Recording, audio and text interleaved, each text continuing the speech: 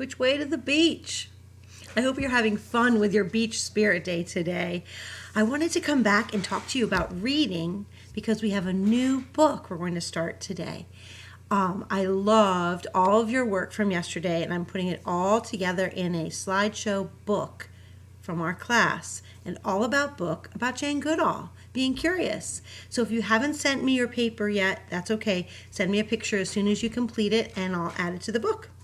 Today's book is also a book about somebody who loved nature.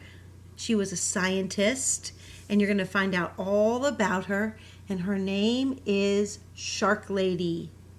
Yeah, Shark Lady, and I know so many of you love sharks, so I know you're going to love learning about a scientist that also loves sharks.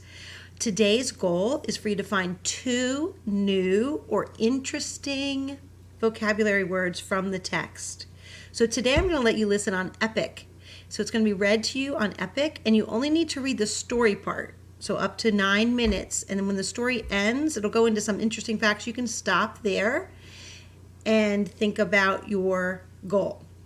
So your goal today, your success criteria is I can identify 2 vocabulary words in the text that are new or interesting.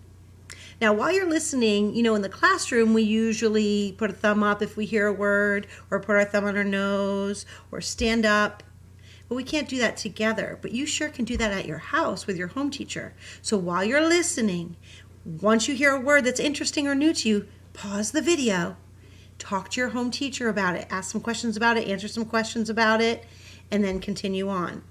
So your goal at the end is to be able to find 2 new vocabulary words that you asked and answered about in the text. All right, have fun. Enjoy this book. I'm really excited. I wish I could be there reading it with you, but I know you're going to love it. Do your best.